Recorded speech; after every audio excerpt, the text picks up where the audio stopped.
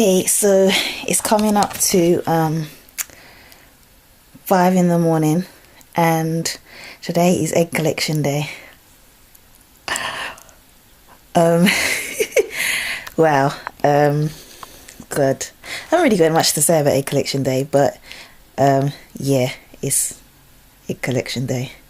I'm praying and hoping that we have good quality eggs that they fertilize. In the past I've always produced a good amount of eggs, so I hope that this being the 4th time round there's no difference. Yeah, looking at my arms, my bruising's going down from all the blood tests, so I'm happy about that. Probably going to get some more today though, with IVs and whatever. Yeah, I don't really have anything else to say apart from to tell you that it's egg collection day. Oh, what is today's date? Today is Wednesday the 27th of February 2013. So yeah, had to fast from 12 last night, so I haven't had anything to eat or drink. I'm not allowed to have anything to eat or drink until after the procedure. I'm really hoping that I don't get hyperstimulation. I got really confused with the Pregnal. I haven't even got another one to show you. It's in the fridge at the moment. But they gave me 3 boxes of Pregnal. In every box there's 5,000 units. Is that what you call them? I don't know. And they told me to take 7,500, and the way she explained it was that you take in 2 of them, but you take out half of the solution for one of them. And like, I had it all set out in my head and I was thinking, yeah, okay, so I'm going to take 2 injections, one with one whole one in and one with half in. And then when I had it all set up and everything, I got confused and I was like, okay, but with the Mironol and the Fostamon, you can take up the water, put it in one, take it up again and put it in the other, and then take it up again. And I was like, am I supposed to do it like that? So then I think what I did was I took up more water and then I took up another Pregnal, and I had two of the capsules of water, 2 of the Pregnal inside the syringe. So that was like 10,000 units. But the water still didn't seem like it was twice as much, if that makes sense. It still seemed like there was 1 in there. So if I was to push out half, then I wouldn't have had the same amount. I don't even know if this makes sense. So I just pushed that a little bit. So I had a little under 10,000 and a little over, probably a lot over 7,500. But I'm hoping it'll be okay. And they made me drink 3 litres of water yesterday. This comes from someone that has been trying to drink the 2 litres of water a day, litre of milk a day. I never got the litre of milk a day. I did get to the 2 litres every now and then. But I am someone who hardly drinks. I might have one drink in a day. Recently I'd got up to maybe having 3 drinks in a day. That's probably half a litre. Yeah, half a litre of fluids a day or less that I was having. So for me to drink 3 litres of water, I didn't do it. I drank, I think I drank 2 1/4, maybe I got to 2.5 litres of water. But I don't see the point. I don't know, it just goes right through me. I had like so much pee coming out of me, it was ridiculous. But anyway, I'm gonna go now. Might come back later, or I might come back tomorrow. Let's hope everything's okay. Yeah.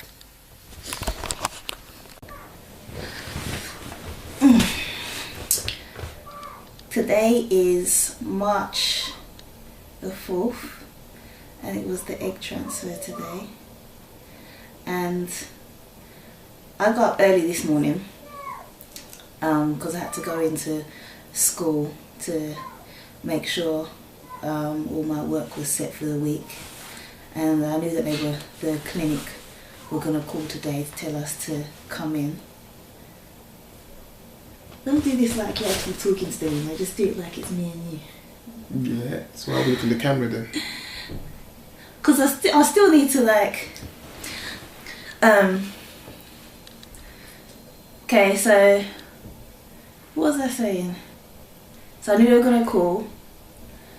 So I made sure that I was ready and everything. When I came back from dropping the stuff at school, he was still in bed. Yep. What time was that? 7:30. About 7:30. Did they call it about 8? Yep, they called at 8 on the dot. Yeah, so they called at 8 o'clock. And they told us to be there at 11 o'clock. And they said that we had to go around and have a blood test before we had the egg transfer. We knew that anyway. But today was just, it felt so long.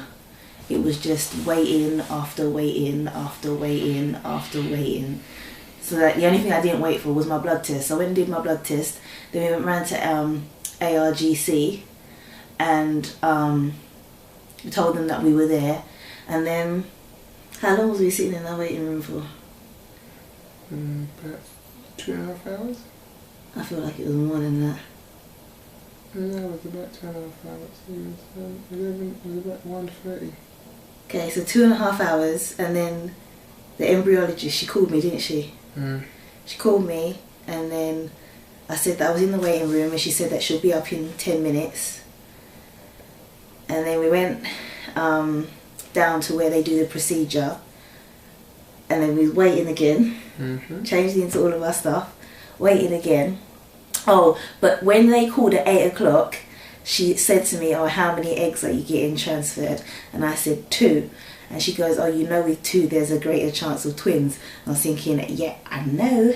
This is like our 4th time doing this, and we'd already had the discussions. I didn't say that to her.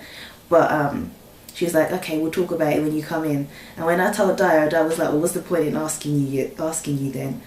But then when we saw her, I think she looked back through our notes because she said, oh yeah, like basically we've done this a few times, and yeah, you do want 2, don't you? So it was like, yeah. So then she said to us that Mr. Taranisi? Mr. Taranisi was going to do the egg transfer. And I was like, oh, okay. We're going to finally meet this Mr. Taranisi. And he was a nice guy, wasn't he? It was nice. He had a very pleasant bedside manner. So the procedure, I hate the procedure. The very first time that we done IVF, I found it really, the very first time we done the egg transfer, I found it really uncomfortable and I really didn't like it. And the eggs came back out, didn't they? That first time. I can't remember. I think they went back up the tube or something, I don't even know. So since then I'd always been sedated. But this time I was awake and I really didn't like it. Like when you go and have your smear test and then they put the clamp in you and then like they get whatever they need to get. That's like, don't know, less than 5 minutes. Not even 3 minutes. This, how long did that procedure take? It didn't take more than 20 minutes, please. I was going to say it took about 20 minutes, but it felt like it was just horrible. You're just sitting there with your private cavity open. Not even sitting, lying there. And I'm just taking deep breaths. And he was allowed there with me. All the other times he wasn't allowed down. So now I'm still on medication. I'm taking Clexane. I have to take Clexane twice a day. They've given me a different kind of steroid. I have to take aspirin every day. And then there's another tablet, I can't remember. Oh, is it that one? What is that called? I can't pronounce it. Prednisolone. and then I have to go for a blood test on Wednesday, because I think they're checking my progesterone levels. Oh my gosh, yeah. And if my progesterone levels are down, then they're going to take me off of Cyclogest, which is the pessary that I have to put on my Jaxie. And it's not funny. I have to take his injection, and he has to do it, and it has to go in my bum, but the needle is some fat needle. You don't have to go in your bum, you can go in your thigh. No, she says it has to go in the bum. She said it has to go in the bum. The bum's the best place. And I have to administer it. Yeah, I'll put a blank one in you. So we're kind of hoping that it doesn't come to that. See, I don't know. But you got more flesh on your bum than mine. I don't know, because I don't feel like Cyclogest has been that great in the past, simply because of, well, I don't know, this time I only have to take it 8 in the morning and 8 in the evening, but before I had to be taking it like every 3 to 4 hours or something like that. You're taking other stuff as well, remember? This time. And I just don't feel like it was keeping the levels up, but you know, this place is better. Obviously they're monitoring me, so we'll see what happens. And then in 10 days time, what did they say, Thursday 14th of March, we have a pregnancy test, and we'll know if it works or not. I don't know when they can tell you whether you've got twins or not. I'm pretty sure they can't tell you that. Yeah, they'll tell you the scan, won't they? But yeah, we just have to keep praying and keep hopeful and keep positive. And now I'm home, he's not letting me do anything, which I kind of should relish, really, but I'm not that kind of person. Yep, but now she's going to bed, so good night. Are you got anything else to say? Nope.